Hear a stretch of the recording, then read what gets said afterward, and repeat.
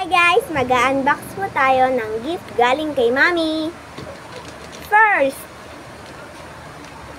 Simply Shoes.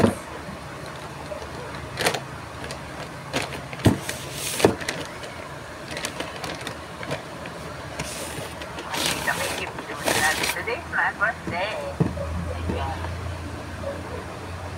Dahil po birthday ko po. Wow! Color black po yung pinili ko na sandals. Sandals black? Joke lang.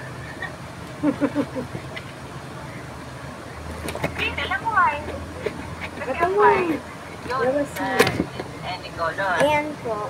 Ilabas mo. Eh, puro black na yung nabasag mo, Lita.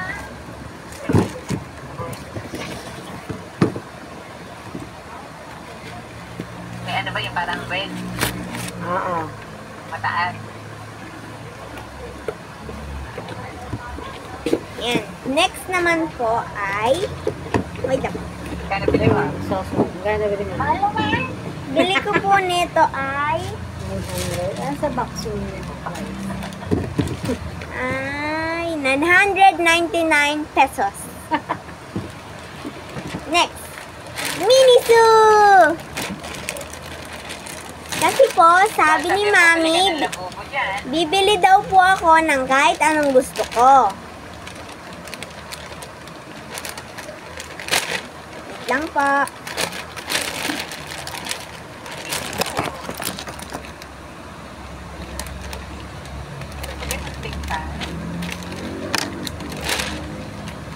Unang-una po, yung pinakamaliit. Para sa bag po, si My Melody. Keychain. Next. Yung pinakamalaki, yung favorite ko. Ah! Ito po ay si Lupi. Zanmang Lupi. Ayan po, kamukha ko po siya. Kitchen din yan? Meron kitchen too. No. No. Kitchen din yan?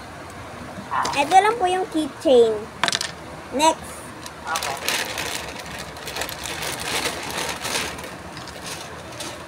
Ay, Grocery pa. grocery. Oy, baka hindi naka-on yung video mo. Naka-on mo na yan. Naka-on po. Ano ko lang. Ay, nagutin mo.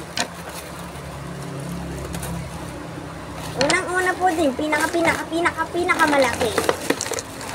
Fruit Loop!